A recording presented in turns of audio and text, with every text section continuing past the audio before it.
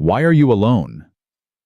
Those 4 words from a 5-year-old girl shattered the carefully constructed walls of Victoria Sterling, the youngest tech CEO in Silicon Valley. A woman worth $87 million sitting in a wheelchair in a corner cafe, realizing she had absolutely no one. What happened next would cost her everything she'd built, force her to choose between power and love, and prove that sometimes the most innocent question can destroy you or save you. This is her story. Before we begin, please subscribe and hit that notification bell because this journey gets intense and you won't want to miss a single moment. And drop a comment telling me what city you're watching from. I love seeing how far these stories travel across the world. Now let's dive in. Ms. Sterling, your father is on line 3. Again. Victoria didn't even look up from her tablet. The cafe's ambient noise, the hiss of the espresso machine, the murmur of conversation, rain drumming against the windows, had become her sanctuary. Here no one knew her. No one wanted anything from her. "Tell him I'm unavailable," she said into her phone, her voice flat. Her assistant Rachel's sigh crackled through the speaker. "Victoria, that's the 4th time this week. He says it's about the board meeting. Then he can email me like everyone else." Victoria ended the call and immediately silenced her phone.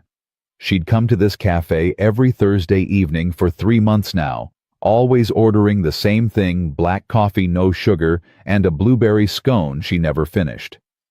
The owner, an elderly woman named Grace, had stopped asking if she wanted anything else. Victoria appreciated that. She appreciated being left alone. The rain intensified, sheets of water streaming down the floor-to-ceiling windows. Victoria pulled her cashmere wrap tighter around her shoulders. The cafe was nearly empty tonight, just her 2 college students hunched over laptops in the corner and Grace wiping down tables. Perfect. Her phone lit up again. Not her father this time. Marcus Chen, her CTO. She let it go to voicemail. Then her head of marketing. Voicemail. Then her lawyer. Voicemail.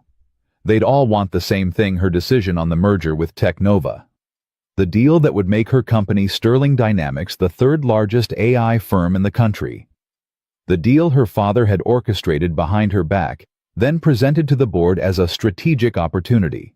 The deal that would require her to step down as CEO and take a advisory role, corporate speak, for being pushed out of her own company. Victoria took a long sip of her coffee, now cold. She'd built Sterling Dynamics from nothing.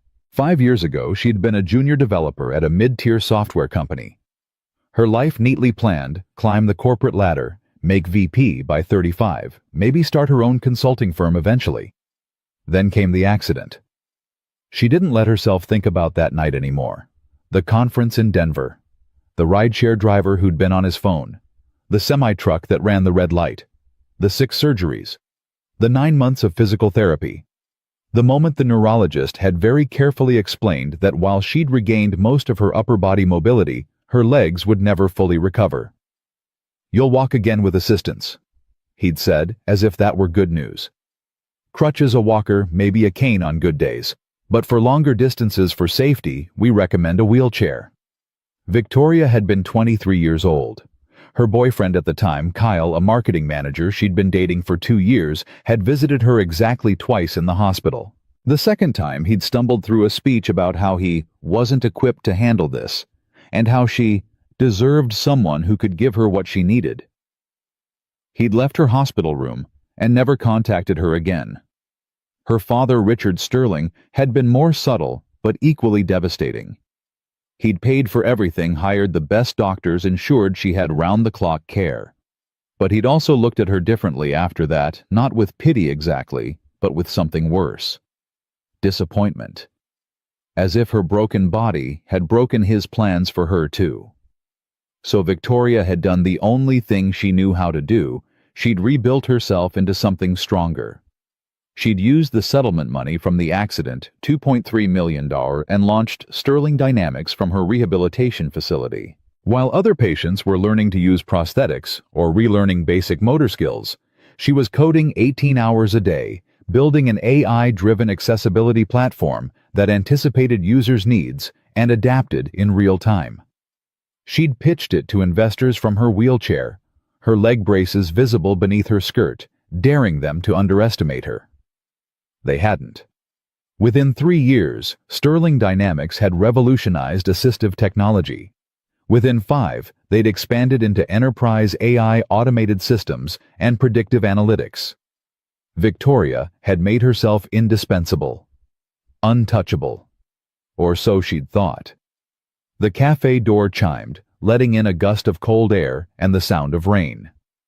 Victoria glanced up reflexively, then back at her tablet. A man and a small child, both dripping wet, the man carrying a bright pink umbrella that clearly belonged to the girl. "Daddy, you said we could get hot chocolate." The child's voice was high and insistent. "I know, pequeña, I know. Let's see what they have." Victoria turned her attention back to her screen, pulling up the merger documents for the 100th time. Her lawyer had highlighted the problem areas in yellow. There were a lot of yellow sections. "2 hot chocolates, please," the man was saying to Grace. "Extra whipped cream on hers, none on mine." "Coming right up, honey." Victoria scrolled through the contract, her jaw tightening. Clause after clause designed to strip her of control. Her father's fingerprints were all over this deal. Richard Sterling had spent his entire career building and selling companies, and now he wanted to do the same with hers. Never mind that she'd explicitly told him she wasn't interested in selling. Never mind that Sterling Dynamics was her creation, not his. "Why is that lady alone?" The child's voice cut through Victoria's concentration. She looked up. The little girl was staring directly at her, her brown eyes wide and guileless. She couldn't have been more than 5, dressed in a yellow raincoat with cartoon ducks on it, her dark curls escaping from beneath a matching hat. "Emma, that's not polite." The man, her father, presumably looked mortified. He was young, maybe early 30s, with kind eyes and carpenter's hands, scarred capable. "I'm so sorry," he said to Victoria. But Victoria was frozen, the little girl's question echoing in her mind. "Why are you alone?" "It's fine," Victoria heard herself say, though her voice sounded strange, distant. "No, it's not. Emma, we don't ask personal questions to strangers."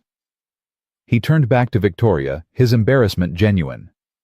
"She's 5. She hasn't learned the filter yet." "But Daddy, she is alone. There's nobody with her." Emma tilted her head, studying Victoria with that unnerving directness that only children possess. "Are you sad?" "Emma, I'm not sad," Victoria said, and realized it was a lie the moment the words left her mouth. She wasn't sad. She was empty. There was a difference. The man Daniel, she'd learn later, knelt down to his daughter's level, his voice gentle but firm. "Sometimes people like to have quiet time by themselves, okay? That doesn't mean they're sad. It just means they want peace." Emma considered this, then looked back at Victoria. "Do you want peace?" Victoria found herself almost smiling. Almost. Something like that. "2 hot chocolates," Grace called from the counter, saving Victoria from further interrogation. Daniel stood, giving Victoria an apologetic smile. "Again, I'm really sorry. We're still working on social boundaries." "It's fine, really." But as Daniel led Emma back to their table, one near the window, where Emma immediately pressed her face against the glass to watch the rain, Victoria couldn't shake the feeling that something had shifted. The little girl's question had burrowed under her skin like a splinter. "Why are you alone?" She forced her attention back to her tablet, but the words on the screen might as well have been gibberish. She could hear Emma chattering to her father, a stream of consciousness monologue about rain and ducks, and whether hot chocolate was better, with or without marshmallows. "The answer is with, pequeña. Always with." "But you don't like marshmallows." "I don't. But you do, and that's what matters." Victoria's chest tightened. When was the last time someone had asked her what she wanted? Not what decision she needed to make, not what strategy she preferred, not what move would benefit the company, but what she actually wanted. She couldn't remember. Her phone lit up again. Her father. Victoria declined the call and set the phone face down on the table. "Is your phone broken?" Emma's voice. Victoria looked up to find the little girl standing beside her table, holding her cup of hot chocolate, with both hands whipped cream already on her nose. "Emma," Daniel was halfway out of his seat looking horrified. "I'm so sorry." "It's okay." And surprisingly it was. There was something about this child's unflinching curiosity that Victoria found not irritating. Refreshing, maybe. "My phone works fine. I'm just ignoring it." "Why?" "Because sometimes people call when you don't want to talk to them." Emma nodded sagely, as if this made perfect sense. "Like when Daddy's boss calls on Sunday, he makes a face like this." She scrunched up her features in an exaggerated grimace. Despite herself, Victoria laughed. Actually laughed. When was the last time that had happened? Daniel had reached them now, his hand on Emma's shoulder. "Okay, chatterbox, let's leave the nice lady alone." "I don't mind," Victoria said, and was startled to realize she meant it. Daniel hesitated clearly, torn between teaching his daughter boundaries and not wanting to be rude. Up close, Victoria could see the fatigue in his face, the shadow of something sad behind his smile. "I'm Daniel Rodriguez," he said, finally extending his hand. "And this is Emma, my daughter and personal boundary violation specialist." Victoria shook his hand. His grip was firm, warm. "Victoria Sterling." "Are you famous?" Emma asked. "You look fancy." "Emma." "I'm not famous," Victoria said. "I just work a lot." "What do you do?" "I run a technology company." "What's technology?" Daniel groaned. "Emma, enough questions. I'm sure Ms. Sterling has work to do." "Actually," Victoria heard herself say, "I was just about to take a break." Why had she said that? She didn't take breaks. She especially didn't take breaks to talk to strangers and their curious children in cafes. But Daniel looked so relieved, and Emma so delighted, that Victoria found herself gesturing to the empty chairs at her table. "Would you like to sit?" "Are you sure?" Daniel asked. "We don't want to intrude." "If I'm being honest, I've been staring at the same document for an hour. I could use the distraction." That was true at least. The merger papers had started to blur together, all those yellow highlights bleeding into one giant warning sign she didn't want to read.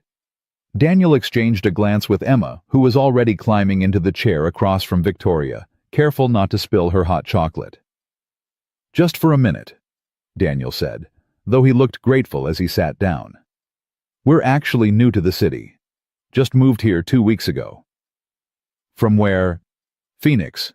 I got a job with a construction company here. They specialize in accessible design. Ramps, modified kitchens, barrier-free spaces, that kind of thing." "That must be interesting work."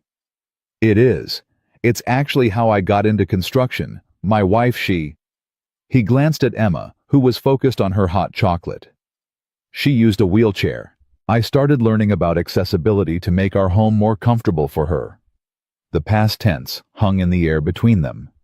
Victoria understood immediately. "I'm sorry," she said quietly. Daniel nodded, his expression carefully neutral. "It's been 2 years. Emma was 3 when it happened. Car accident. Drunk driver ran a red light." Victoria's hands clenched involuntarily around her coffee cup. "I'm sorry," she said again, inadequate as the words were.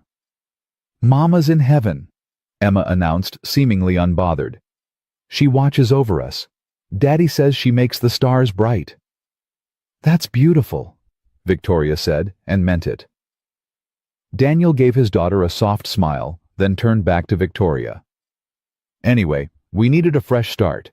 Phoenix had too many memories, you know. So when this job came through, I figured it was a sign. Emma's starting kindergarten next week." "I'm going to make so many friends," Emma said confidently. "And learn to read chapter books." "That's quite a goal," Victoria said. "What about you?" Daniel asked. "Are you from here to born and raised?" "Well raised.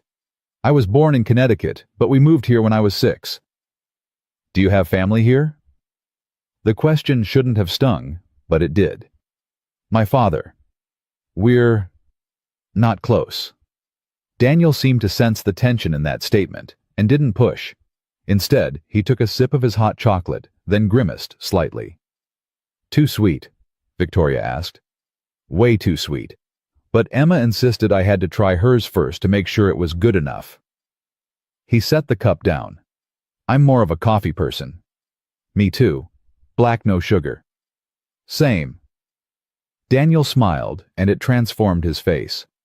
The sadness receded, replaced by genuine warmth. So you run a tech company? I do. Sterling Dynamics. We develop AI systems for various applications. Accessibility, enterprise automation, predictive analytics. That sounds complicated. It is. And successful, I'm guessing, if you can afford to hang out in overpriced cafes on Thursday nights. Victoria almost smiled. This place isn't that expensive. Compared to the coffee I make at home, it is.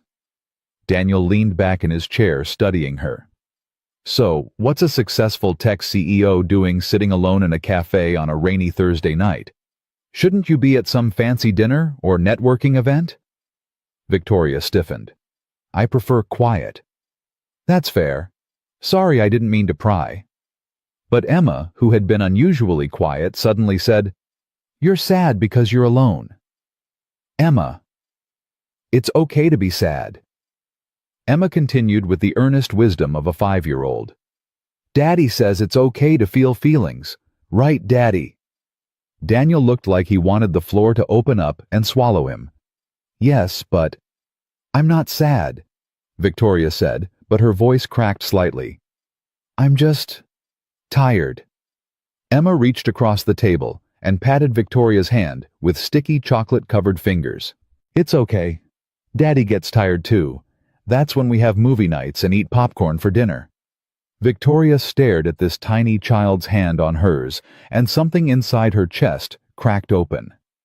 When was the last time someone had touched her with genuine affection? Not a handshake, not a professional pat on the shoulder, but actual human warmth. She couldn't remember.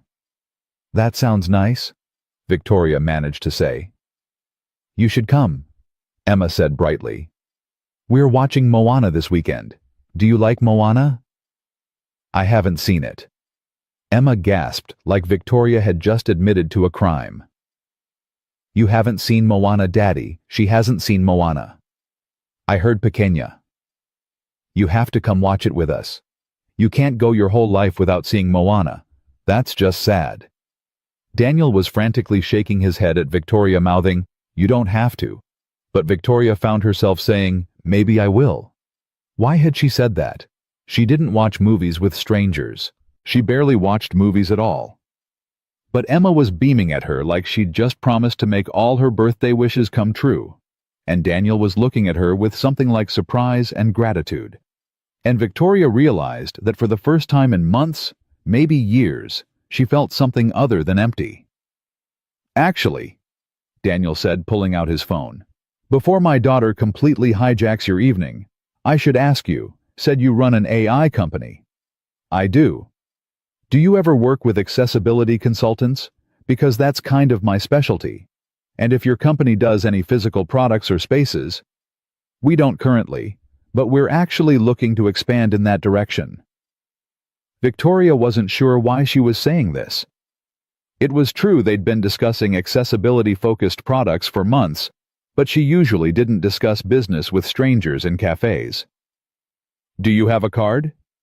Daniel fished a slightly bent business card out of his wallet. I know it's forward, but it's not forward, it's practical. Victoria took the card, studying it. Daniel Rodriguez, Accessibility Design Specialist. A local phone number. I'll have my assistant reach out. Really? Really? We're always looking for consultants who actually understand the user experience rather than just the compliance requirements. Daniel's smile widened. That would be amazing. Thank you. Don't thank me yet. We're very demanding clients.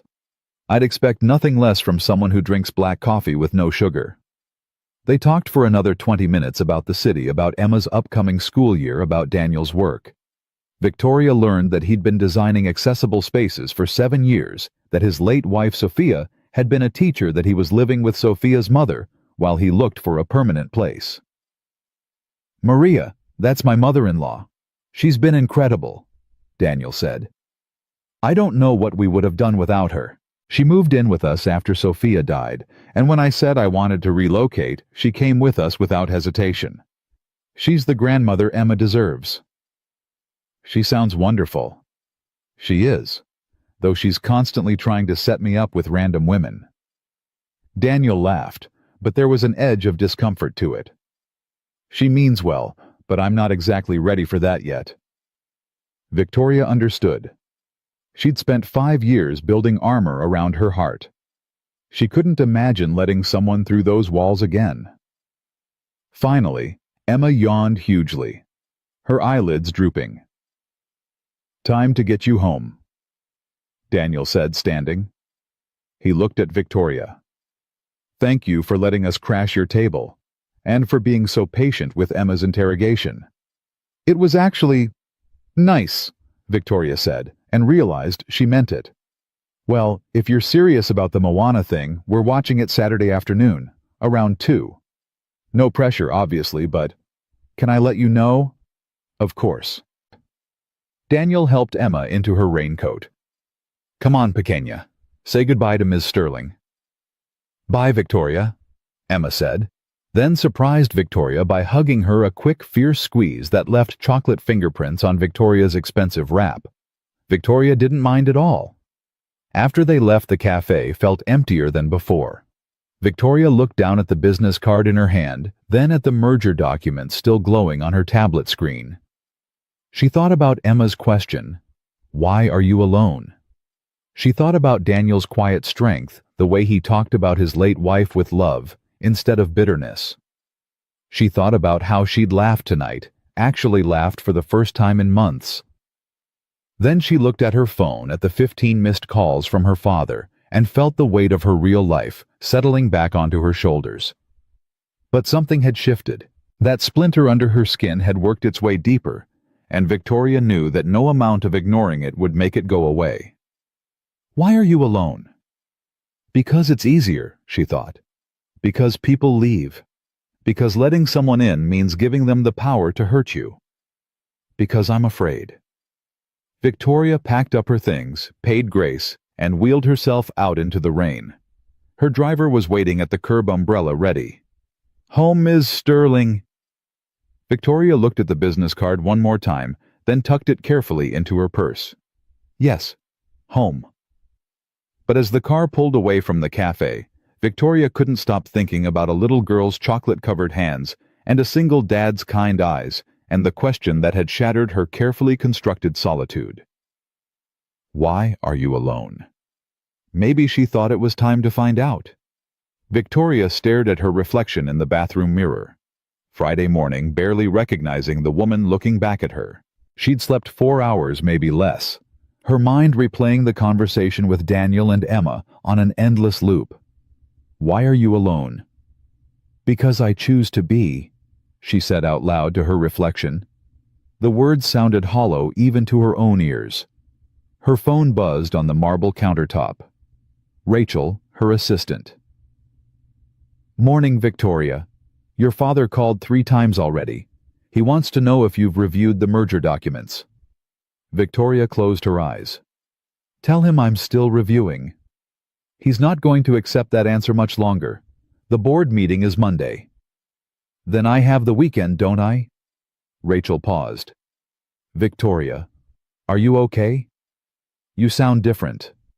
I'm fine. Clear my schedule for this afternoon. I have a consultation. With whom? Victoria looked at Daniel's business card still sitting on her nightstand, where she'd placed it the night before. An accessibility specialist. Daniel Rodriguez.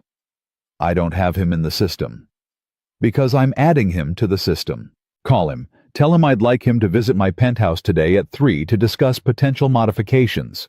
Another pause. Rachel had worked for Victoria for 3 years and knew when to push and when to stay silent. This time she chose silence. I'll set it up. Thank you, Rachel.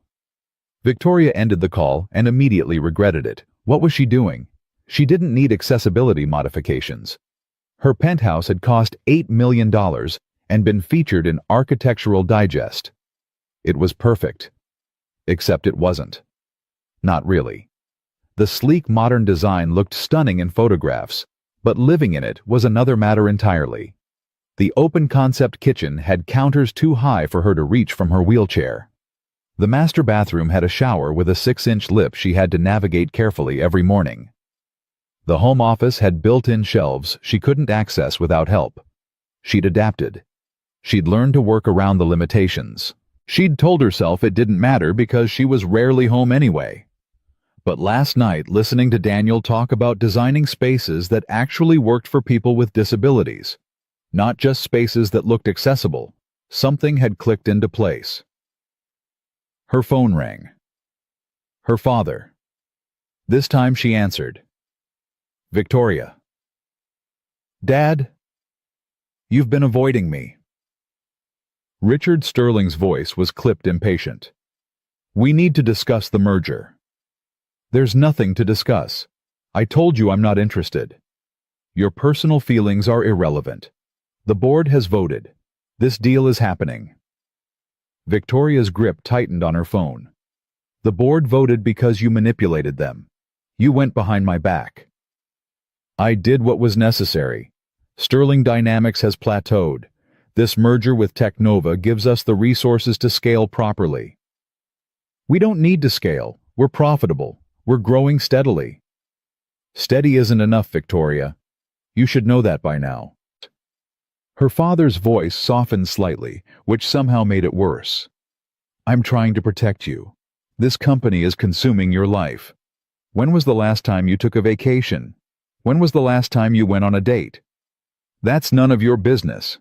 It is when you're sacrificing your health and happiness for a company that would be better off under professional management. Professional management, I built this company from nothing. You built it from my money, her father said quietly. The words hit like a physical blow. Victoria had to steady herself against the counter. The settlement money was mine, she managed to say. And who negotiated that settlement? Who hired the lawyers? Who made sure you got every penny you deserved after that accident? Richard sighed. I'm not trying to hurt you, Victoria. I'm trying to help you. This merger gives you financial security for life. You can step back, consult from an advisory role, actually live for once, instead of hiding behind work. I'm not hiding. Aren't you? Victoria ended the call before she said something she'd regret. Her hands were shaking. She gripped the edge of the counter until they steadied. Her father was wrong. She wasn't hiding. She was building something that mattered. Something that proved her worth, had nothing to do with her legs or her disability or anyone's pity. She was fine. She was absolutely fine. At 3 o'clock that afternoon, Victoria's doorbell rang. She'd spent the morning working from home trying to focus on quarterly projections and failing miserably. Every number on her screen had eventually blurred into that one question. Why are you alone? She opened the door to find Daniel standing there, looking professional in khaki pants and a button-down shirt, a worn leather messenger bag over his shoulder. Emma was with him holding his hand. I hope it's okay that I brought her, Daniel said immediately. My mother-in-law had a doctor's appointment and I couldn't find a sitter on such short notice. It's fine, Victoria said, and was surprised to find she meant it. Come in. Emma's eyes went wide as they entered the penthouse. Daddy, it's like a castle.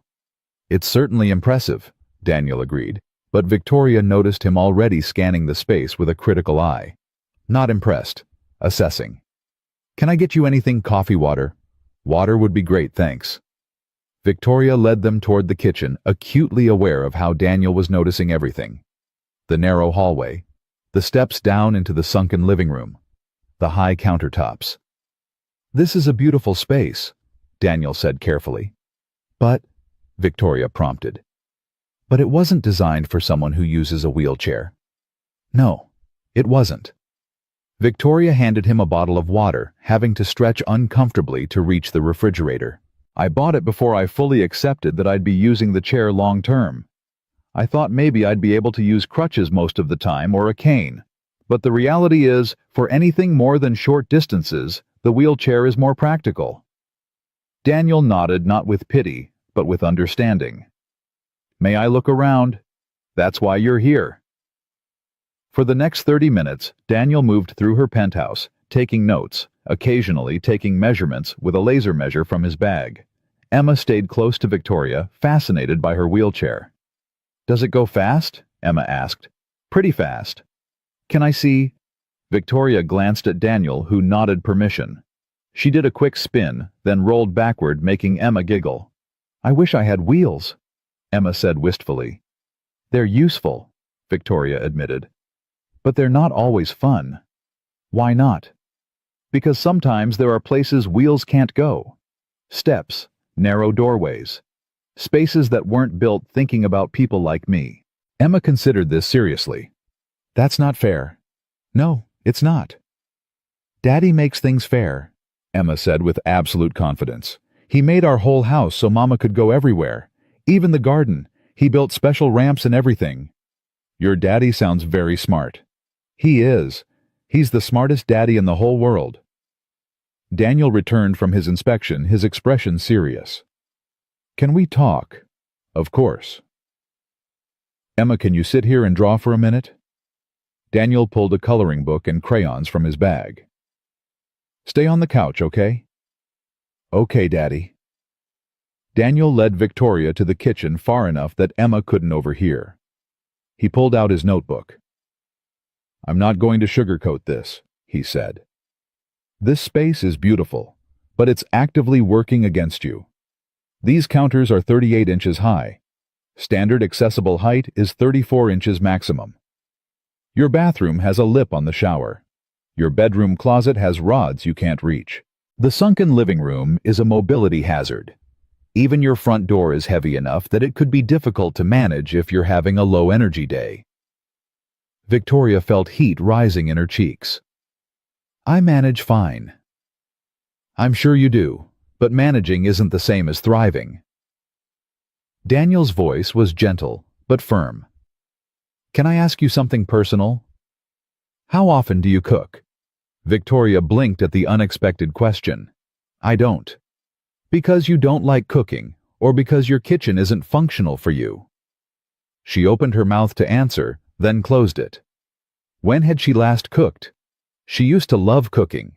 Before the accident, she'd hosted dinner parties, experimented with new recipes, spent Sunday afternoons making elaborate meals. The kitchen isn't functional, she admitted quietly. Do you use your master bathroom or the guest bathroom? Guest bathroom. The master is too difficult. Do you spend time in your living room? No. Those steps are dangerous. What about your office? Do you use the built-in shelves? I can't reach them. Daniel closed his notebook. Victoria, you're living in an $8 million penthouse and using maybe 40% of it. You've adapted to spaces that don't work for you instead of making spaces that do. Why? The question hit harder than Emma's had. Victoria found herself gripping the edge of the counter. Because I didn't want to admit I needed the modifications, she said finally. Because accepting that means accepting that I'm disabled, that I'm different, that I need help. And I've spent 5 years proving I don't need anyone's help. There's a difference between needing help and needing functional design, Daniel said. If I put your computer on the floor, you wouldn't be able to work effectively. That doesn't make you weak. It makes the design bad. Your home should work for you, not against you. Victoria felt tears pricking at her eyes and blinked them back angrily. She didn't cry. She hadn't cried in years. How much would it cost to fix? She asked. That depends on what you want to change. Full renovation. Probably $500,000. Strategic modifications. Maybe 100,000. That's a lot of money. You run an AI company. I'm guessing you can afford it. Victoria almost smiled. Fair point. The real question is whether you want to invest in making this space actually yours, or if you're going to keep living in a museum that doesn't fit your life. Before Victoria could answer, Emma called out from the living room. "Daddy, I'm hungry." Daniel checked his watch. "We should go. I'm sorry, I didn't mean to run over." "You didn't. This was helpful." Victoria followed him back to the living room, where Emma was packing up her crayons. "I'd like to hire you." Daniel looked surprised. "For your company. For my home. And yes, potentially for the company too. We've been discussing launching an accessibility-focused division. We could use someone who actually understands the users, not just the regulations." That would be incredible. But I should warn you, I'm not cheap." "Good. Cheap consultants give cheap advice." Victoria pulled out her phone. "Rachel will send you a contract. For the home modifications, I'd like you to start with an assessment of what needs to change. For the company position, we can discuss that separately." "Are you sure about this?" "No," Victoria admitted. "But I'm tired of managing. I want to try thriving." Daniel smiled, and Victoria felt something warm unfurl in her chest. "Can we come back?" Emma asked. "I like it here." "Emma, you can't invite yourself places." "Actually," Victoria heard herself say, "I meant what I said about Moana. If the offer's still open for tomorrow." "Seriously?" Daniel looked genuinely shocked. "Seriously, what time?" 2 o'clock. "But you really don't have to." "I want to." And she did. That was the terrifying part. She actually wanted to spend her Saturday afternoon watching a Disney movie with a 5-year-old and her single dad contractor instead of reviewing merger documents. "Then we'd love to have you." Daniel wrote down his address. "It's not fancy. We're staying with my mother-in-law until I find us a permanent place." "I don't need fancy," Victoria said. "I have fancy. Apparently fancy doesn't work very well." Emma hugged Victoria goodbye, leaving more fingerprints on her clothes. Victoria didn't mind. After they left, she stood in her beautiful, impractical penthouse and looked around with new eyes. Daniel was right. She'd been managing, not thriving. She'd built herself a life that looked perfect from the outside, but felt empty from the inside. Her phone rang. Marcus Chen, her CTO. "The board is getting nervous about Monday's meeting," Marcus said without preamble. "Your father's been talking to everyone individually. He's got the votes, Victoria." "He doesn't have mine. If you vote against this, and the board overrides you, it's going to look worse than if you just accept it gracefully." "Since when do I do anything gracefully?" Marcus laughed, but it was strained. "What are you going to do?" Victoria looked at Daniel's business card still sitting on her counter. She thought about Emma's question. She thought about 5 years of building walls around herself, of proving her worth through work of being alone because it was easier than being vulnerable. "I'm going to make a choice," she said. "I'll see you Monday, Marcus." She ended the call and stood there in her kitchen with its 2 high counters in her penthouse that had never felt like home. And for the first time in 5 years, Victoria Sterling admitted to herself that she was tired. Tired of managing. Tired of proving herself. Tired of being alone. Her phone buzzed with a text from Rachel confirming she'd sent the contract to Daniel. Victoria stared at it, then opened a new message. She typed, "Thank you for being honest with me today." She hesitated, then added, "I'm looking forward to tomorrow." She hit send before she could change her mind. Daniel's response came 30 seconds later. "Emma's already planning the snack menu. Fair warning, it involves a lot of popcorn and gummy bears." Victoria smiled. Actually smiled. Then she typed, "Sounds perfect." Because maybe it was time to stop managing her life and start actually living it. Maybe it was time to answer Emma's question, not with defensiveness or denial, but with honesty. Why was she alone? Because she'd been afraid. Because letting people in meant risking pain. But sitting alone in her beautiful empty penthouse, Victoria realized that the pain of loneliness was worse than the fear of vulnerability. She looked at the merger documents still waiting on her tablet.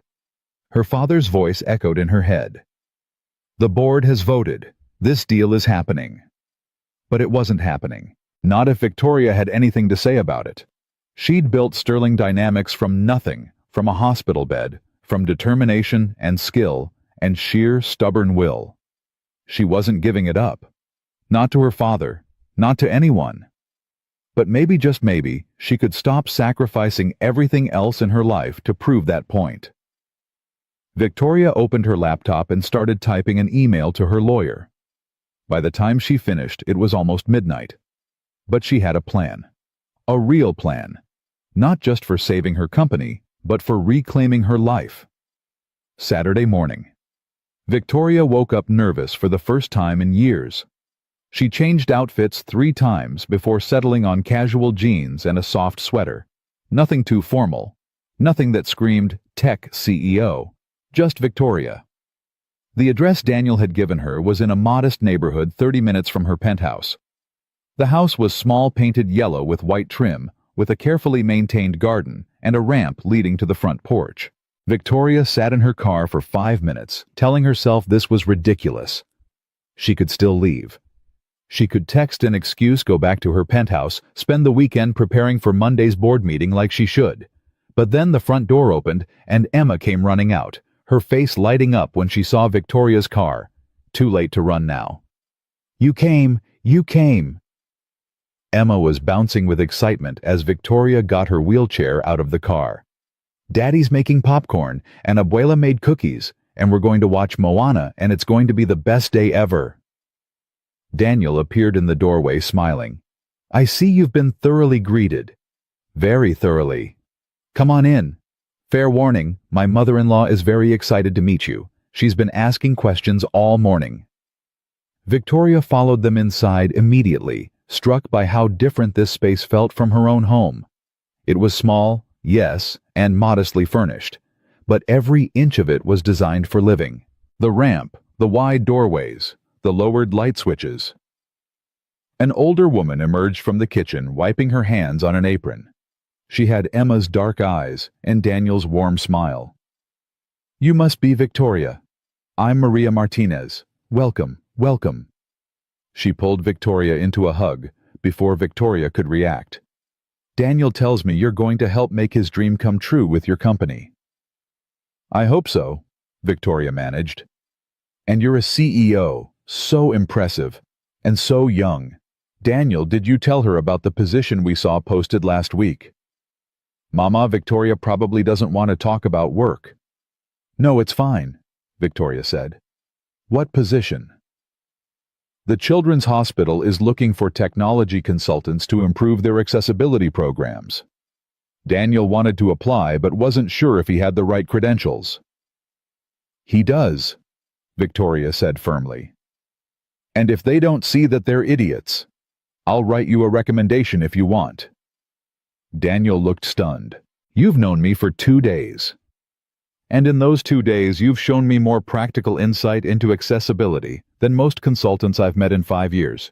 Trust me, you're qualified." Maria beamed. "I like her, mijo. She's smart." "I know, mama." They settled in the living room, which had clearly been transformed into a movie theater. Blankets were piled on the couch, bowls of popcorn and candy covered the coffee table, and Emma had already claimed the best spot. "You sit here," Emma instructed Victoria, patting the cushion next to her. "Daddy sits on the other side. Abuela sits in her special chair." Victoria maneuvered her wheelchair next to the couch, then feeling brave transferred onto the cushion. Emma immediately snuggled against her. "You smell nice," Emma announced. "Like flowers." "Thank you." Daniel started the movie, then sat down on Emma's other side. Maria settled in her recliner with a bowl of popcorn. Victoria couldn't remember the last time she'd watched a movie in the middle of the afternoon.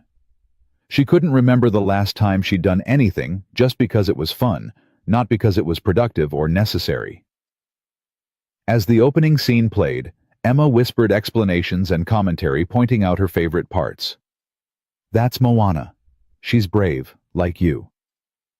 "I'm not that brave," Victoria whispered back. "Yes, you are. You have wheels, and you're not scared." I'm scared of lots of things. Emma tilted her head. Like what? Victoria glanced at Daniel, who was pretending not to listen. Like being alone, she admitted quietly. Emma squeezed her hand. You're not alone. You're here with us. And just like that, with a 5-year-old's simple logic, Victoria felt something inside her shift. She wasn't alone. Not right now. Maybe that was enough. Halfway through the movie, Maria got up to answer the phone. Victoria heard her voice from the kitchen speaking rapid Spanish, then a long silence. Daniel noticed too. Mama, everything okay? Maria returned, her face pale. That was the landlord. He's selling the property. We have 30 days to find a new place. The joy drained from the room. Daniel stood up, running his hand through his hair. 30 days. That's not legal. He says it is. Month-to-month lease. He's giving us the minimum notice. What about deposits? References? I know, mijo, I know. Maria looked devastated. I'm sorry. I know you were hoping to have more time to save up. Emma, sensing the adult's distress, pressed closer to Victoria. Are we going to be homeless? No, pequeña. We'll figure something out. But Daniel's voice was tight with stress. Victoria found herself speaking before she'd fully thought it through. My building has units available. Everyone turned to look at her. Your building, Daniel repeated. The same building as my penthouse. There are several units. Some are rentals managed by the building. They're expensive, but I could talk to the management company, maybe work something out. We can't afford expensive, Daniel said gently. I appreciate the thought, but I own the building. Silence. You own the building, Daniel repeated slowly. I bought it when I purchased the penthouse. Investment purposes. Victoria felt her face heating. There are currently 3 vacant units. One is a 3-bedroom on the 15th floor. If you're interested, I could rent it to you at whatever you're paying now. Victoria, that's too generous. It's not generous, it's practical. I have empty units sitting vacant. You need a place to live. The building is fully accessible. There's a community room, a gym, a rooftop garden. Emma would have space to play. Victoria looked at Maria. And there's a senior center 2 blocks away. You'd have community. Maria's eyes filled with tears. You would do this for us. You barely know us. I know enough, Victoria said. And she did. She knew Daniel was a good father and a skilled professional. She knew Maria was kind and welcoming. She knew Emma had asked her a question that had changed her entire perspective. She knew these people in 2 days had shown her more genuine warmth than she'd experienced in 5 years. Can we think about it? Daniel asked, his voice rough. Of course, but don't take too long. I need to know by Monday so I can tell my property manager. The rest of the movie passed in a blur. Victoria could feel Daniel watching her, could sense his confusion and gratitude and suspicion all warring together. She understood. She'd probably feel the same way if their positions were reversed. When the movie ended, Emma was asleep against Victoria's shoulder. Maria carefully lifted her and carried her to bed. Daniel walked Victoria to the door. Why are you doing this? Doing what? All of this. The consultation, the job offer, the apartment. You don't know us. Victoria looked at him. This man who'd lost his wife and built a life for his daughter anyway, who designed spaces that actually worked for people, instead of just looking good, who'd been honest with her when everyone else just told her what she wanted to hear. Your daughter asked me why I was alone, she said quietly. I've been thinking about that question for 2 days, and the answer is because I chose to be. Because it was easier. Because I was scared. She met his eyes. I'm tired of being scared, Daniel. I'm tired of being alone. Maybe I don't know you very well yet, but I'd like to. Is that enough? Daniel stared at her for a long moment. Then he smiled, soft and genuine. Yeah, that's enough. Victoria drove home with Emma's question still echoing in her mind, but this time it didn't hurt. This time it felt like possibility. Why are you alone? Maybe she didn't have to be anymore. Monday morning arrived with the weight of inevitability. Victoria had spent Sunday preparing for the board meeting, reviewing financials, drafting counterarguments, building her case for why the Technova merger was wrong for Sterling Dynamics. She'd worked until 3 in the morning, fueled by coffee and determination. But when she wheeled into the conference room at 9 sharp, she knew immediately that something had shifted. The board members wouldn't meet her eyes. Marcus Chen looked physically ill, and her father sat at the head of the table wearing an expression of satisfied victory. "Victoria, so glad you could join us." Richard Sterling's voice was smooth as silk. "I trust you've had time to review the merger documents." "I have, and my position hasn't changed. This merger isn't in the company's best interest." "The board disagrees." Victoria looked around the table. 12 faces, most of them people she'd worked with for years. People she'd thought respected her. "Does anyone want to explain why?" she asked quietly. Silence. Then finally Jennifer Wallace, the CFO, spoke up. "Victoria, the numbers make sense. Technova's resources combined with our technology would position us to dominate the market." "At what cost?" "My position as CEO. You'd have an advisory role." "I don't want an advisory role. I built this company. I'm not interested in watching someone else run it into the ground." "Into the ground?" Her father's laugh was cold. "Technova is a Fortune 500 company. They have infrastructure capital market reach that we could never achieve on our own. We don't need to achieve it. We're growing sustainably." "Sustainably isn't enough." Richard slammed his hand on the table, making several board members jump. "Do you know what your problem is, Victoria? You think small. You always have. You're content to build a nice little company that makes a respectable profit when you could be building an empire." "I don't want an empire. I want a company that actually helps people." "How noble." Her father's voice dripped with sarcasm. "And when you're lying awake at night alone in that empty penthouse, does that noble purpose keep you warm?" Victoria felt every eye in the room on her. The pity, the embarrassment, the agreement. "That's not relevant to this discussion," she said, keeping her voice steady. "Isn't it? This company is all you have, Victoria. It's consumed your entire life. You have no friends, no relationships, no life outside these walls. And now you're willing to sabotage a deal that would secure your financial future forever, just because you can't stand the idea of someone else being in charge." "That's not why." "Then tell me honestly, what are you afraid of?" Her father leaned forward. "Because, from where I'm sitting, you're terrified that without this company, you're nothing. That your worth is tied to your position, your success, your control. And the thought of letting that go, even for something better, is more than you can bear." The words hit like physical blows. Victoria gripped the arms of her wheelchair, her knuckles white. "The board has voted," Richard continued. 10-2 in favor of the merger. You can accept this gracefully and maintain some dignity, or you can fight it and destroy what little goodwill you have left." "Who voted against?" Victoria asked. "Marcus and Elizabeth." Victoria looked at Marcus, who gave her an apologetic shrug. Elizabeth Yang, head of R&D, nodded slightly. "The rest of you?" Victoria scanned the faces around the table. "You're really okay with this? With pushing me out of my own company?" Jennifer Wallace spoke again, her voice gentle but firm. "No one's pushing you out, Victoria. We're asking you to transition to a role that might actually allow you to have a life. You work 16-hour days.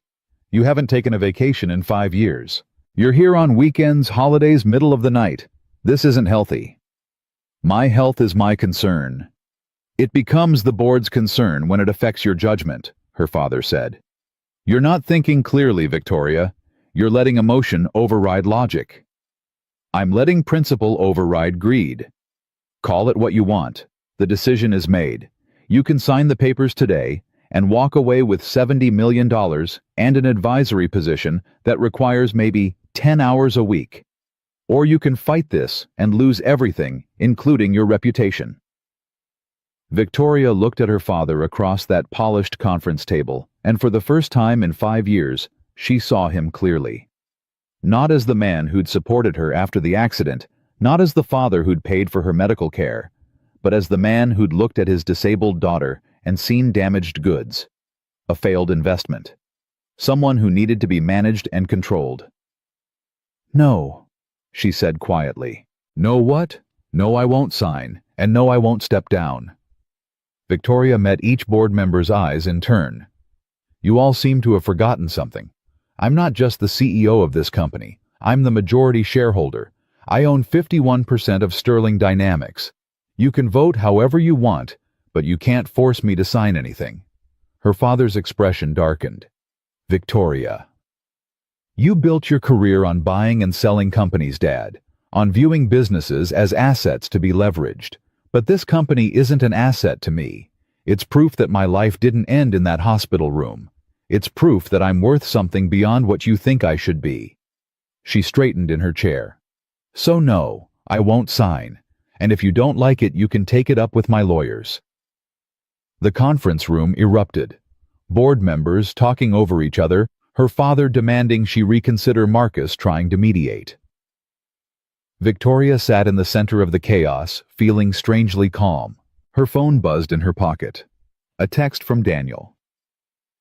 "Emma wants to know if you're coming for dinner tonight. Fair warning, she's planning to cook. By which I mean I'll be cooking while she helps." Victoria looked at the message, then at the chaos around her, and made a decision. She stood up from the table, not in her wheelchair, but actually stood supporting herself on the chair's arms. The room fell silent. "I'm leaving," she announced. "You can continue this meeting without me, but my answer is final. The merger is dead, and if any of you have a problem with that, my lawyers will be in touch." "Victoria Sterling, if you walk out of this room," her father started. You'll what, Dad?" "Cut me off. Stop talking to me. I think we both know you already did that 5 years ago." She sat back down in her wheelchair and rolled toward the door. Marcus jumped up to follow her. "Victoria, wait." "Not now, Marcus. I need to think." "At least tell me you have a plan." Victoria paused at the door, looking back at her CTO, one of the only people in that room who'd voted to support her. "I'm working on it." She left before anyone could stop her, rolling down the corridor toward the elevator. Her heart was pounding, adrenaline surging through her veins. She'd just effectively declared war on her own board of directors, on her father, on everything she'd spent 5 years building, and she had no idea what to do next. Her phone rang. "Rachel." "I heard," her assistant said without preamble. "The whole office heard. Your father's voice carries." "I don't want to talk about it." "Too bad. I'm coming over tonight with wine and Chinese food, and you're going to tell me what's really going on." "I have plans." "Cancel them." "No." Victoria found herself smiling despite everything.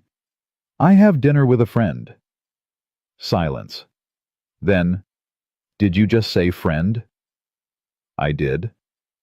Victoria Sterling has a friend. The same Victoria Sterling who once told me that friends were distractions she couldn't afford. People change, Rachel. Apparently. Is this friend the accessibility consultant you had me send a contract to? Maybe.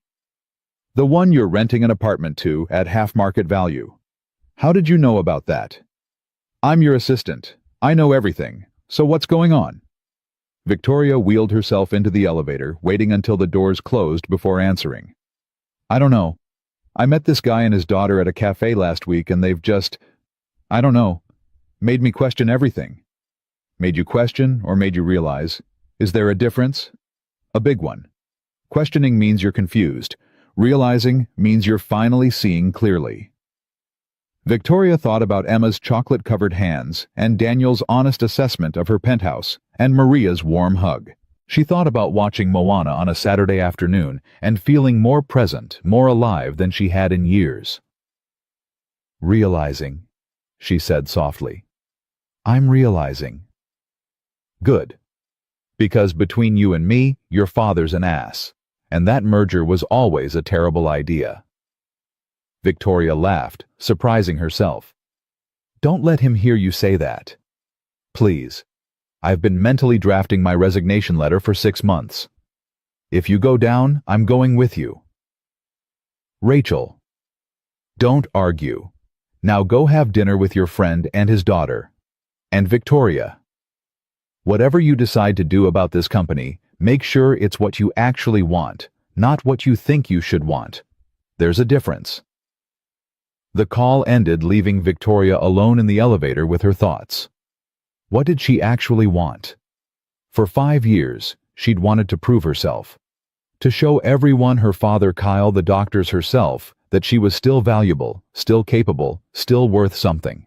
But somewhere along the way, proving her worth had become the only thing that mattered. She'd sacrificed relationships, happiness, peace, all in service of a goal that kept moving further away. The elevator opened onto the parking garage. Victoria wheeled herself to her car, where her driver was waiting. Home, Ms. Sterling. Victoria looked at her phone at Daniel's text, still glowing on the screen. Emma wants to know if you're coming for dinner tonight. No, she said. I need to make a stop first. She directed her driver to a toy store she'd passed 100 times but never entered. Inside, she found herself overwhelmed by the sheer chaos of color and noise and options. A teenage employee approached her cautiously. Can I help you find something? I need a gift for a 5-year-old girl. She likes Moana. The employee's face lit up. Oh, we have tons of Moana stuff. Follow me. 20 minutes later, Victoria left with a stuffed Moana doll, a coloring book, and a dress-up costume. She felt ridiculous and delighted in equal measure. When she arrived at Daniel's house that evening, Emma answered the door wearing an apron that was at least 3 sizes too big. Victoria. You came. I'm making dinner. I heard. What are we having? Spaghetti. I'm in charge of stirring. Daniel appeared behind his daughter, looking harried and covered in flour. Fair warning, the kitchen is a disaster area. I don't mind disasters, Victoria said, handing Emma the gift bag. I brought you something. Emma's eyes went wide. She pulled out the Moana doll and let out a squeal that probably shattered glass in a 3-block radius. Daddy, it's Moana, the real Moana. What do you say, Pequeña? Thank you, thank you, thank you. Emma hugged Victoria fiercely. The doll squished between them. Maria emerged from the kitchen smiling. Victoria, perfect timing. We're just about to start the chaos. I mean cooking. Inside the kitchen was indeed a disaster. Flour covered every surface, pasta sauce splattered the stove, and something that might have once been garlic bread was smoking slightly in the oven. I tried to suggest ordering pizza, Daniel said, rescuing the garlic bread. But Emma insisted we cook for our guest. Because cooking is more special. Emma explained, climbing onto a stool to peer into the pot of boiling pasta.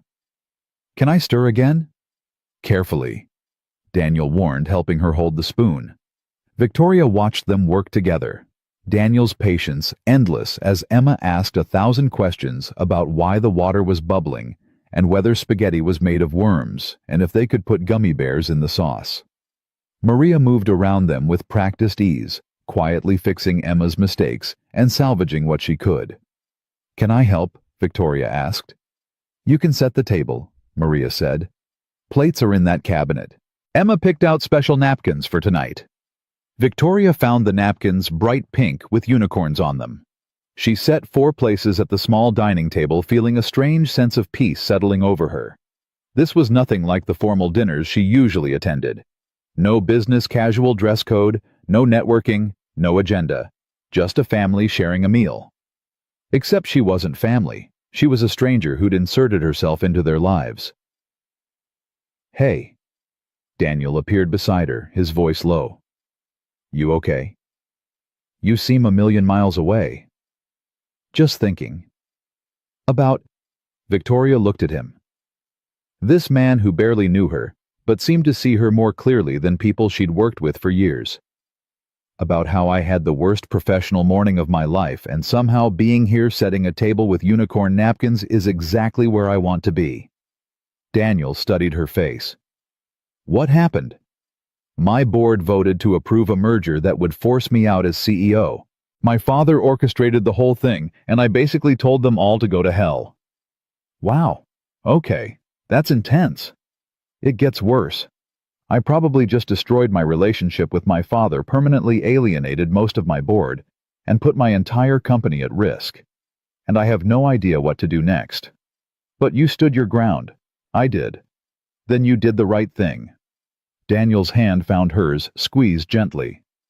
I don't know much about corporate politics, but I know you. And I know you wouldn't fight this hard unless it mattered. You don't know me, Victoria said, but without heat. We've known each other less than a week. Sometimes a week is enough. Daniel's thumb traced circles on her palm. Sophia got sick 3 weeks after we met. Brain aneurysm, completely unexpected. I spent those 3 weeks getting to know her in a hospital room, watching her fight, listening to her talk about all the things she wanted to do when she got better. His voice roughened. She didn't get better. She died 6 weeks later. But I married her anyway in that hospital room with Emma already growing inside her. Because I knew. 3 weeks was enough. Victoria felt tears burning her eyes. I'm sorry. My point is, time isn't what matters. Connection is. And I feel more connected to you after 5 days than I did to most people I've known for years. He released her hand, stepped back. So yeah, maybe I don't know your favorite color, or your middle name, or what you studied in college, but I know you're brave and brilliant, and so scared of letting people in that you've built walls tall enough to keep everyone out. That's not... Isn't it? You told me yourself. You've been alone for 5 years because it was easier. Because people leave and it hurts, and it's simpler to just not let them close in the first place. Daniel's voice was gentle, but unflinching. I get it, Victoria. I do. After Sophia died, I wanted to build those same walls, but then I'd look at Emma, and I'd realize that closing myself off meant closing her off too. And she deserved better than a father who was too scared to love again. Dinner's ready, Emma called from the kitchen. Come on, everybody. They gathered around the table, Emma insisting on sitting between Victoria and Daniel. The spaghetti was overcooked, the sauce was too salty, and the garlic bread was definitely burnt. It was the best meal Victoria had eaten in years. Emma narrated the entire cooking process, explaining in vivid detail how she'd almost dropped the pasta, how Daddy had saved it, how Abuela had added secret ingredients that made everything taste better. What are the secret ingredients? Victoria asked. Maria smiled mysteriously. If I told you, they wouldn't be secret. It's love, Emma whispered loudly. Abuela told me. She puts love in all her cooking. Then that explains why it tastes so good, Victoria said. After dinner, Emma insisted on showing Victoria her room. It was small but cheerful, filled with toys and books and drawings taped to the walls. Emma pulled out a crayon masterpiece. This is my family, she explained, pointing to stick figures. That's Daddy, that's Abuela, that's me, and that's Mama in heaven. She looked up at Victoria with those serious brown eyes. Do you have a family picture? Not really. It's just me and my father, and we don't really do pictures. That's sad. Families should have pictures. You're probably right. Emma was quiet for a moment, chewing on her lower lip.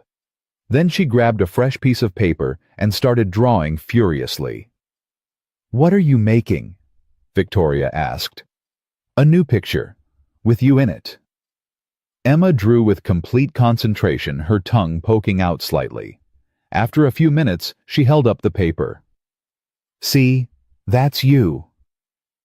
Victoria looked at the stick figure with yellow hair in a purple chair with wheels. Next to her stood other stick figures, clearly representing Emma, Daniel, and Maria. That's beautiful, Emma. It's your family picture, so you have one now. Emma pressed the drawing into Victoria's hands.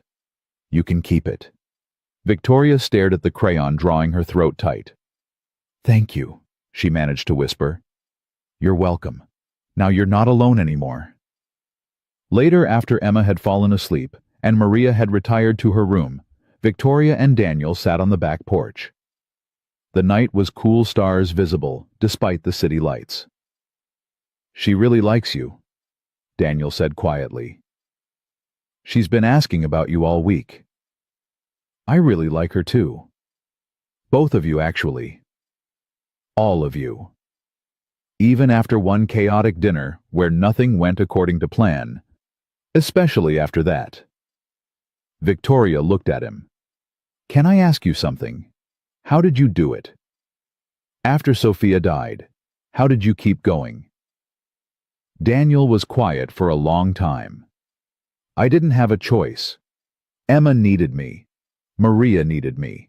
And somewhere deep down I knew Sophia would have kicked my ass if I gave up. He smiled sadly. But if I'm being honest, some days I didn't keep going. Some days I just survived. I'd wake up, get Emma to daycare, go to work, come home, put her to bed, and then sit in the dark wondering how I was supposed to do this for the rest of my life. What changed? Nothing changed. I just started accepting that this was my life now.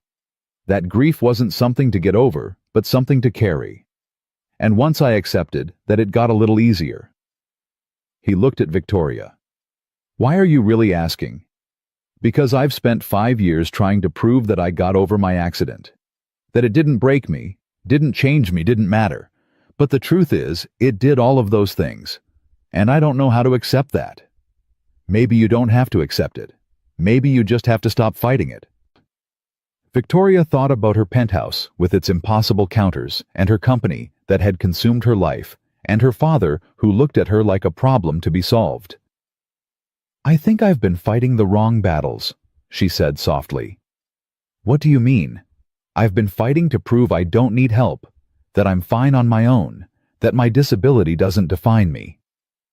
She looked down at Emma's drawing still clutched in her hands. But I'm not fine. I do need help. And maybe my disability does define me, at least partially. Maybe that's okay. It's more than okay, Daniel said. It's human. They sat in comfortable silence, the night settling around them. Finally, Daniel spoke again. I accepted your apartment offer. Maria and I talked it over. We'd like to move in next week if that works for you. Really? Really. But I have one condition. What's that? You let me redesign your penthouse, the full treatment. Not just consultations, but actual implementation. I want to turn that museum into a home. Victoria felt her chest tighten. That's a big project. I know, but I think you need it. And I think you'll never actually do it unless someone pushes you. You barely know me, and you're already pushing me. Daniel grinned. Someone has to. You're too stubborn to do it yourself. Victoria found herself laughing, the sound surprising her. Fine, but I have a condition too. Oh. You let me create that accessibility division at Sterling Dynamics and let me hire you to run it, not as a consultant, as an actual employee. Full-time, full benefits, competitive salary. Victoria, I can't. Why not? You said yourself you wanted to do more in the field. You applied to that hospital position. Why not this? Because it feels like charity. It's not charity, it's business. Victoria met his eyes. I told you I don't hire cheap consultants. I'm offering you this because you're good at what you do, and because my company needs someone like you. The fact that I also happen to like you and your daughter is just a bonus. Daniel studied her for a long moment. You're serious about this? Completely serious. Then I accept. But only if you promise me something. What? That you'll actually use the modified spaces I design. That you'll stop pretending you don't need them. That you'll let yourself live in your own home instead of just existing in it. Victoria felt exposed, vulnerable. Every instinct screamed at her to deflect, to make a joke, to change the subject. But she forced herself to meet Daniel's gaze and say, I promise. Good. Daniel stood offering his hand to help her up. Come on. Maria made tres leches cake, and will be offended if we don't eat it. Inside, they found Maria waiting with cake and coffee. She served generous portions, watching with satisfaction as they ate. This is incredible, Victoria said truthfully. My Sophia's recipe, Maria said quietly. She made it for Daniel on their first date. I've been making it for Emma since she was old enough to eat cake. Mama loved cake. Emma had appeared in the doorway, rubbing her eyes. Daddy, I can't sleep. Come here, pequeña. Daniel pulled her into his lap. What's wrong? I keep thinking about Mama. Do you think she knows about Victoria? Daniel's eyes filled with tears. I think Mama knows everything. Do you think she'd like Victoria? I think she'd love Victoria. Emma nodded, satisfied, and snuggled against her father's chest. Within minutes, she was asleep again. Victoria watched them, father and daughter, and felt something shift deep inside her. This was what she'd been missing. Not just connection, but family. Not perfection, but presence. Not proving her worth, but simply being worthy of love. I should go, she said quietly. It's late. Stay, Maria said. Just for coffee. Tell us about this company you've built. So Victoria stayed. She told them about Sterling Dynamics, about building it from a hospital bed, about the AI systems they'd developed. She told them about her father's merger attempt, about the board meeting, about her decision to fight. What will you do? Maria asked. I don't know yet. Legally, they can't force me to sell, but they can make my life difficult, call for votes of no confidence, try to prove I'm unfit to lead. Are you unfit to lead? Daniel asked. No, but I am tired of leading alone. Victoria looked at both of them. For 5 years, I've run this company like it's the only thing that matters. I've sacrificed everything else for success. And somewhere along the way, I forgot why I started it in the first place. Why did you start it? Emma had woken up again, listening with those serious eyes. Victoria thought about it. Because I wanted to help people like me. People who need technology to adapt to them instead of forcing them to adapt to technology. Then that's what you should do, Emma said simply. Help people, like Daddy does. Out of the mouths of babes, Victoria thought. It was that simple. Not building an empire, not proving her worth, not showing her father she didn't need him. Just helping people. You're a very smart little girl, Victoria told Emma. I know, Emma said, without a trace of arrogance. Daddy tells me all the time. Victoria left around midnight, her head full of plans and possibilities. When she got home to her empty penthouse with its 2 high counters and impossible spaces, she didn't feel defeated. She felt determined. She opened her laptop and started typing. Not an email to her lawyer, though she'd need to do that too. Not a strategy document for fighting the merger. A business plan for what Sterling Dynamics could become if she stopped trying to build what her father wanted and started building what she believed in. By the time the sun rose, Victoria had a vision. And for the first time in 5 years, she had people to help her achieve it. 3 months later, Victoria stood in what used to be her intimidating penthouse and barely recognized it. The sunken living room had been leveled. The kitchen counters had been lowered. The master bathroom now had a roll-in shower with a built-in bench. Every door had been widened, every light switch lowered, every cabinet redesigned. Daniel had transformed her museum into a home. What do you think? He asked, watching her face carefully. Victoria wheeled through the space, running her hands along the new counters, testing the smooth transitions between rooms. For the first time since moving in, she could access every part of her own home. I think I want to cry, she admitted. Good tears or bad tears? Good tears. Definitely good tears. She turned to face him. How did you know exactly what I needed? I paid attention. I watched how you moved through the space where you struggled, what you avoided, and then I designed for you, not for some abstract idea of accessibility. Emma came running in from the bedroom, her footsteps echoing through the newly opened space. "Victoria, come see your closet is amazing now." Victoria followed her to the master bedroom, where Emma was demonstrating the new motorized closet rods that lowered at the touch of a button. "See, you push this and everything comes down. It's like magic." "It's pretty magical," Victoria agreed. Daniel and Maria had moved into the building 6 weeks ago, and Emma had appointed herself Victoria's personal decorator, insisting on adding happy colors to Victoria's minimalist palette. The result was a home that actually felt lived in.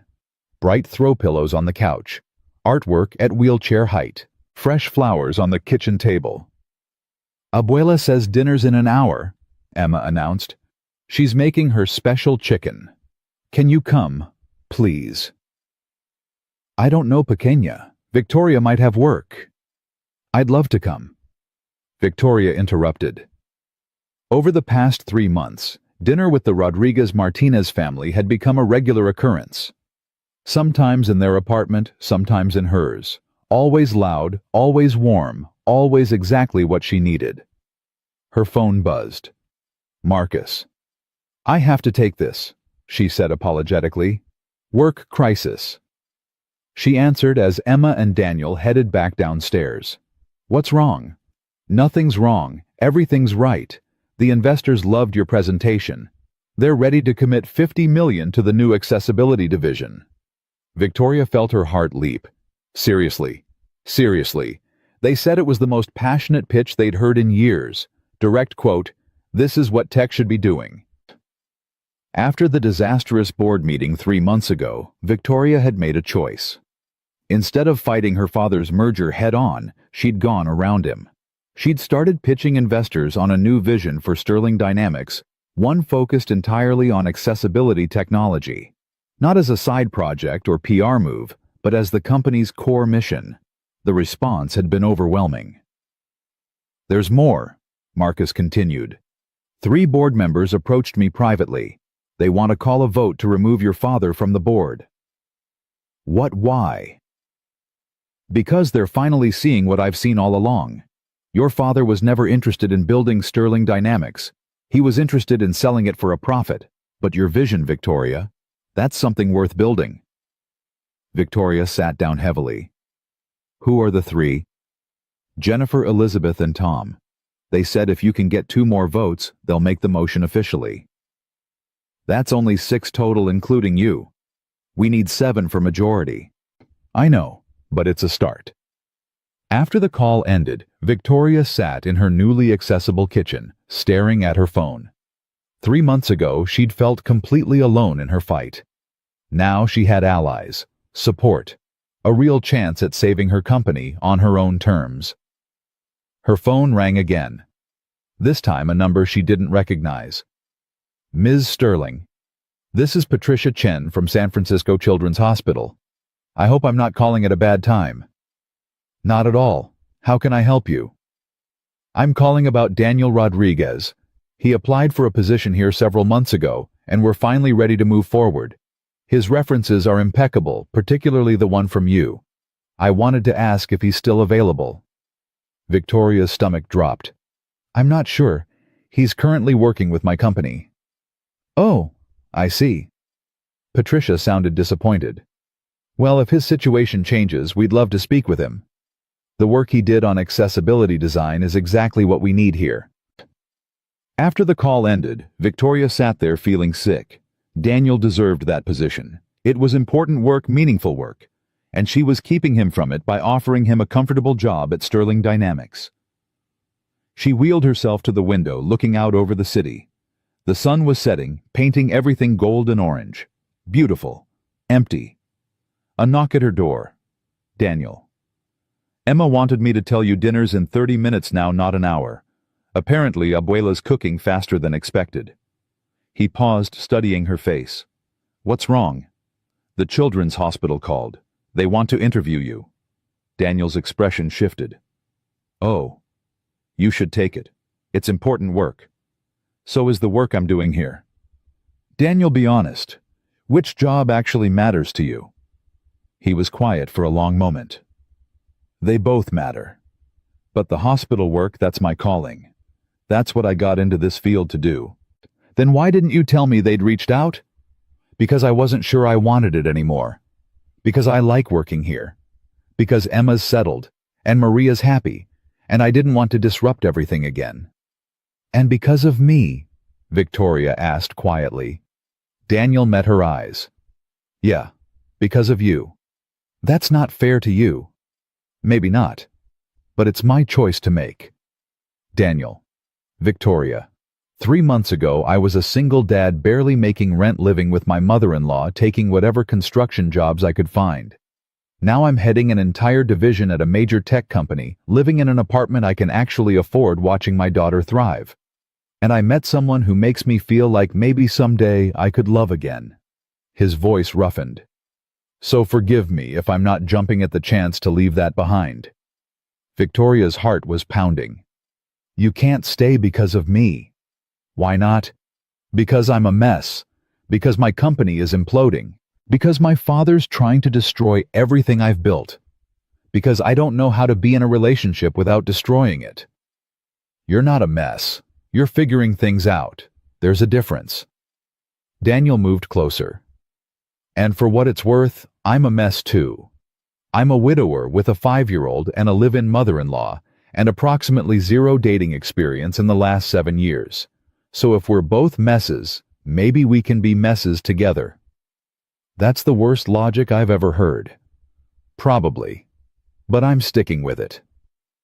Victoria wanted to argue, to list all the reasons this was a terrible idea, to push him away before he got too close. But she was tired of fighting. Tired of being alone. Tired of pretending she didn't want exactly what he was offering. I don't know how to do this, she admitted. Do what? This. Us. Whatever this is becoming. Then we'll figure it out together. Daniel took her hand. I'm not asking for perfect, Victoria. I'm just asking for honest. I can do honest. Then start now. What are you really afraid of? Victoria looked at their joined hands, his scarred and capable, hers, trembling slightly. I'm afraid you'll realize I'm not worth the effort. That my damage is too much. That one day you'll look at me the way Kyle did in that hospital room, like I'm a burden you never signed up for. Kyle was an idiot. Kyle was realistic. No, he was a coward. There's a difference.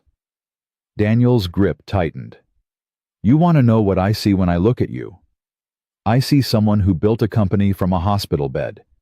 Someone who fights for what they believe in, even when everyone tells them to give up. Someone who took a chance on a stranger and his daughter, because a 5-year-old asked why she was alone. He smiled. I see someone brave and brilliant, and so scared of being vulnerable that she'd rather be lonely than risk getting hurt again. That's not... Victoria stopped. It was exactly that. I'm not asking you to stop being scared, Daniel said quietly. I'm just asking you to be scared with me instead of by yourself. Before Victoria could respond, Emma burst through the door. Dinner's ready. Abuela says come now, or it'll get cold and she'll be sad. Daniel laughed, the moment broken but not lost. We're coming, pequeña. Downstairs in Maria's apartment, the table was set with mismatched plates and those ridiculous unicorn napkins Emma loved. The food smelled incredible. Finally, Emma said. I thought you forgot. Never, Victoria said. I'd never forget dinner with my favorite people. The meal was chaotic as always. Emma narrated everything. Maria kept insisting everyone eat more, and Daniel caught Victoria's eye across the table more than once, his expression saying clearly that their conversation wasn't finished. After dinner, while Maria and Daniel cleaned up, Emma pulled Victoria aside. Can I tell you a secret? Emma whispered. Of course. I asked Abuela if you could be my new mama. She said it doesn't work like that. That Daddy would have to love you first, and then you'd have to love him back, and then maybe you'd get married. Emma looked up at Victoria with those serious brown eyes. So do you love my daddy? Victoria's breath caught. Emma, that's complicated. Why? Because grown-up feelings are hard. But do you? Emma persisted. Victoria looked across the kitchen at Daniel, who was laughing at something Maria said, dish towel slung over his shoulder, completely at ease.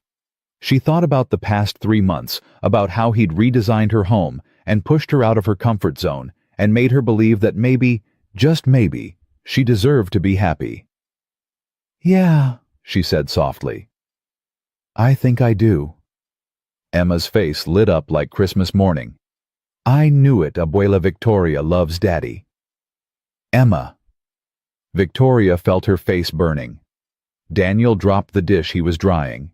It shattered on the floor, but no one moved.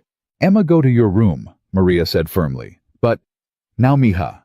Emma scurried off looking worried. Maria turned to Victoria and Daniel, hands on her hips. "You two. Living room. Now." They followed like chastened children. Maria shut the door and crossed her arms. "I've been watching you both dance around each other for 3 months. No more dancing. Daniel, do you have feelings for Victoria?" "Mama, answer the question." Daniel looked at Victoria, his expression raw. "Yes, I have feelings for her." "And Victoria, do you have feelings for my son-in-law?" Victoria wanted to run, to make an excuse, to protect herself, but she'd promised Daniel honesty. "Yes," she whispered. Maria nodded, satisfied. "Good. Then stop wasting time. Life is too short to be afraid of happiness. I watched my daughter die at 30 years old. I know exactly how short life can be." Her voice broke slightly. "Sophia would want you to be happy, Daniel. She told me so right before the end. She made me promise I'd make sure you didn't spend the rest of your life alone."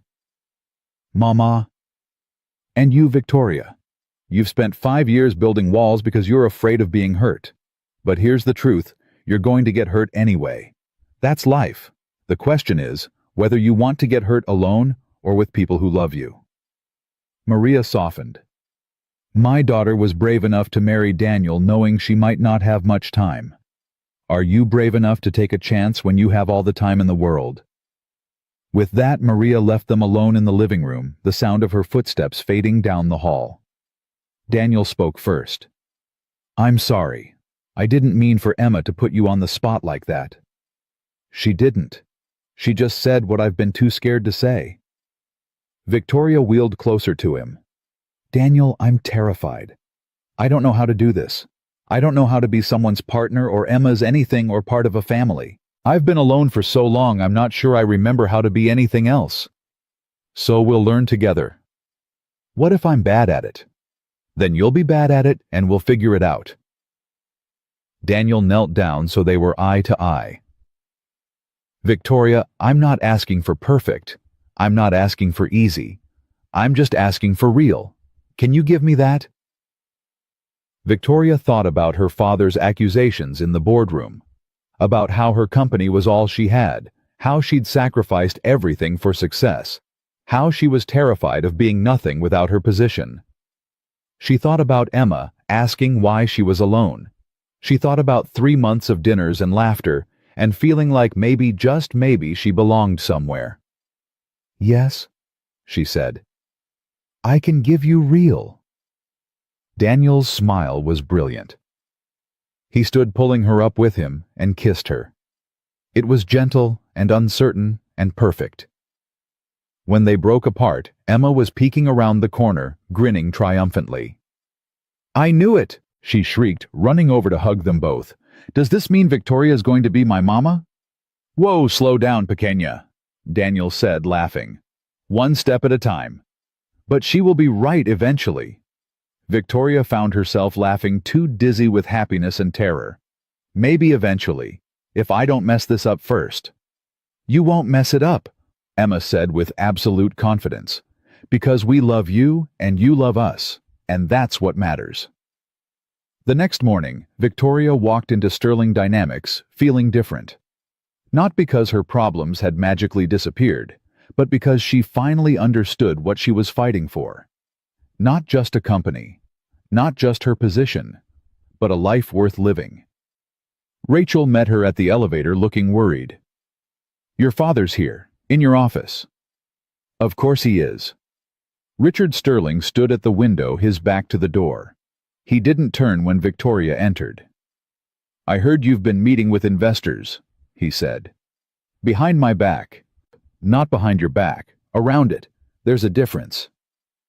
Do you have any idea what you're risking? If this accessibility division fails, it'll destroy the entire company.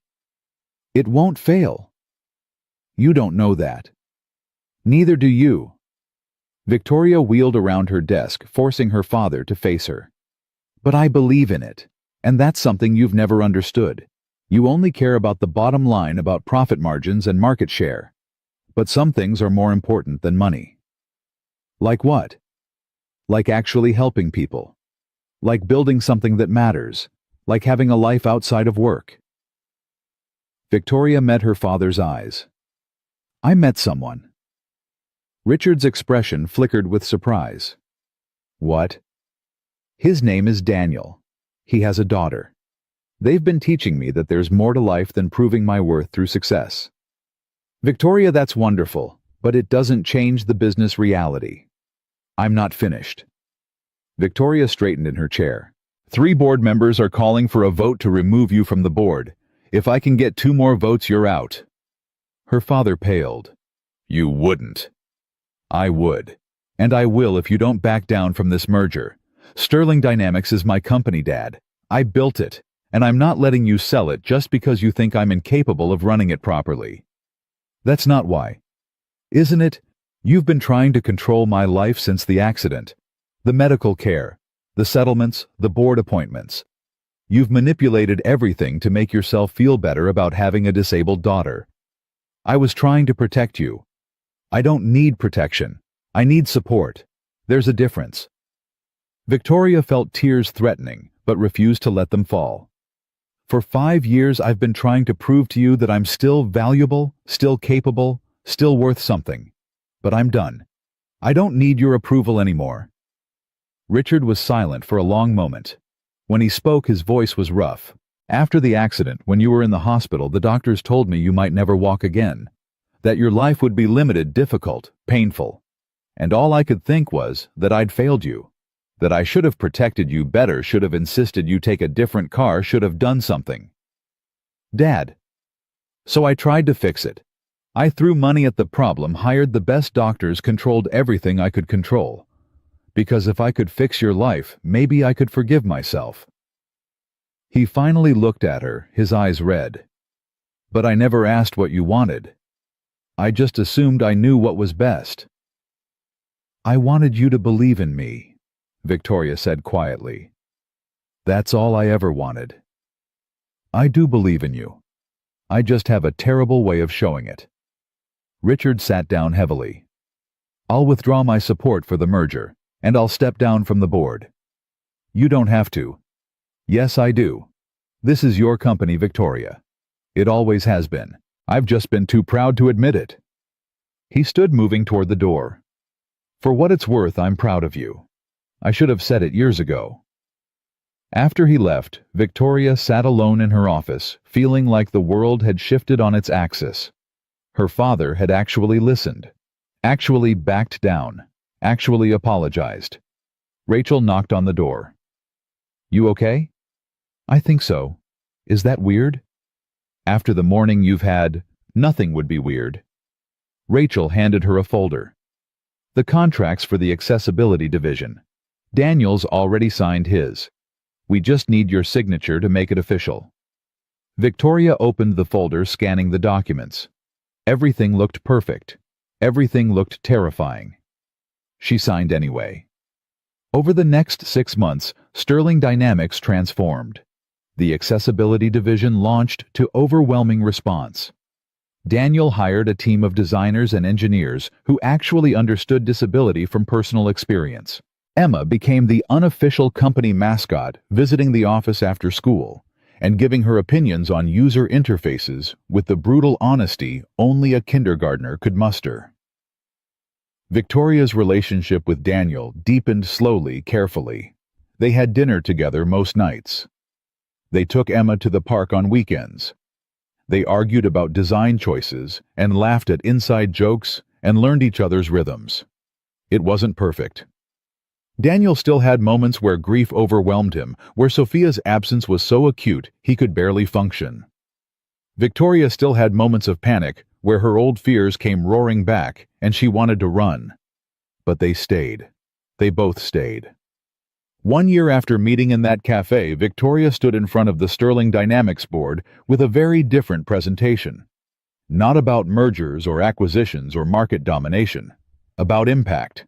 In the past 12 months, our accessibility division has helped over 50,000 users, she told the assembled board members. We've partnered with schools, hospitals, community centers. We've hired people with disabilities not as token gestures, but as essential team members.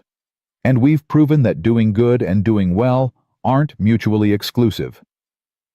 Jennifer Wallace smiled. The numbers support that. The accessibility division is now our fastest growing segment. Profit margins are exceeding projections by 30%. More importantly, Victoria continued, we've built something I'm actually proud of. Not just a successful company, but a meaningful one. After the meeting, Daniel was waiting outside with Emma.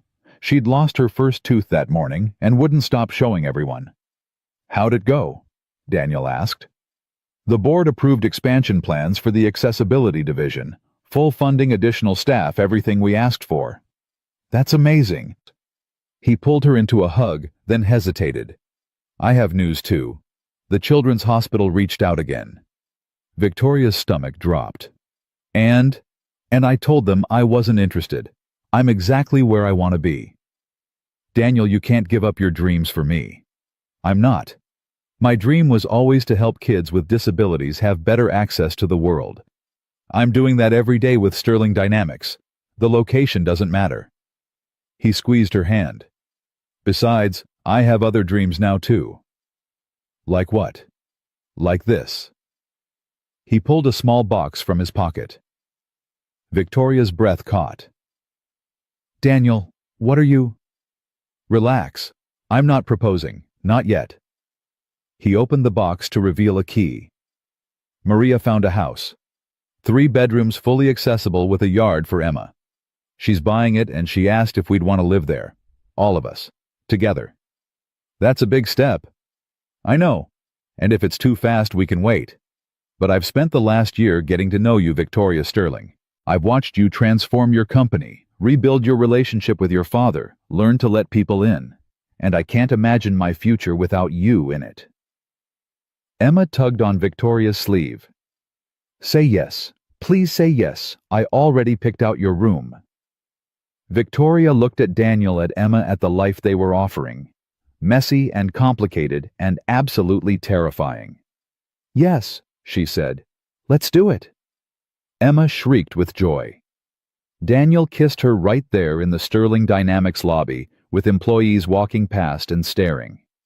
Victoria didn't care. For the first time in 6 years, she wasn't alone. And it was terrifying and wonderful and exactly what she needed. 6 months later, Victoria stood in front of a mirror, in a simple white dress, her hands shaking as she adjusted the fabric. Rachel was there helping with final touches, and Maria was crying happy tears in the corner. You look beautiful, Rachel said. I look terrified. You can be both. Emma burst into the room wearing her flower girl dress, her face glowing. It's time, everyone's waiting. The ceremony was small. Just family and close friends in the garden behind their new house. No corporate guests, no networking opportunities, no agenda beyond celebrating love. Victoria had designed special crutches for the ceremony, wanting to walk down the aisle instead of using her wheelchair. They were beautiful, crafted by Daniel himself, decorated with small flowers that matched her bouquet. As she made her way toward him, one careful step at a time, Daniel's face transformed. He was crying, not bothering to hide it, and Victoria found herself crying too. Emma walked ahead, scattering petals, with theatrical enthusiasm.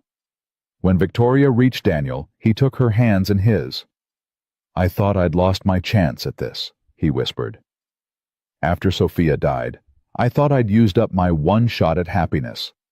But you taught me that love doesn't have a limit. That opening your heart again isn't betraying the past, it's honoring it.